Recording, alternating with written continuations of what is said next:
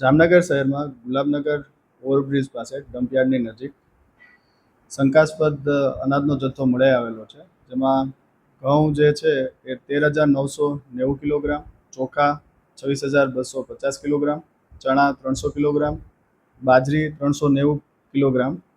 Total જે જથ્થો જે છે એની કુલ કિંમત 14,28,510 છે. આ સાથે અન્ય જે એક હોન્ડા બકરાણી છે અને 3 રિક્ષા જે છે એ થઈ અને બીજા જે ત્યાં વજન કાંટા પકડાયેલા હતા, ટોટલ જે જથ્થો જે જપ્ત કરેલો છે એ 16,51,510 રૂપિયાનો કિંમતનો જથ્થો જિલ્લા પુરવઠા તંત્ર દ્વારા માનનીય કલેક્ટર સાહેબના માર્ગદર્શન હેઠળ કામગીરી કરવામાં આવેલ છે.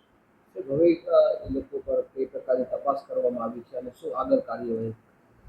હાલ જે જથ્થો હતો એ ત્યાં ખુલ્લા મેદાનમાંથી જપ્ત કરી અમે સરકારી અહીંયા સિટી ગોડાઉન છે એ ત્યાં રાખેલો છે. ત્યાંથી અમે નમૂના લઈ અને લેબોરેટરીમાં આપેલા છે અને નમૂનાની જે રિપોર્ટ આવશે એના પછી આગળની નિયમ અનુસારની કાર્યવાહી હાથ ધરવામાં આવશે.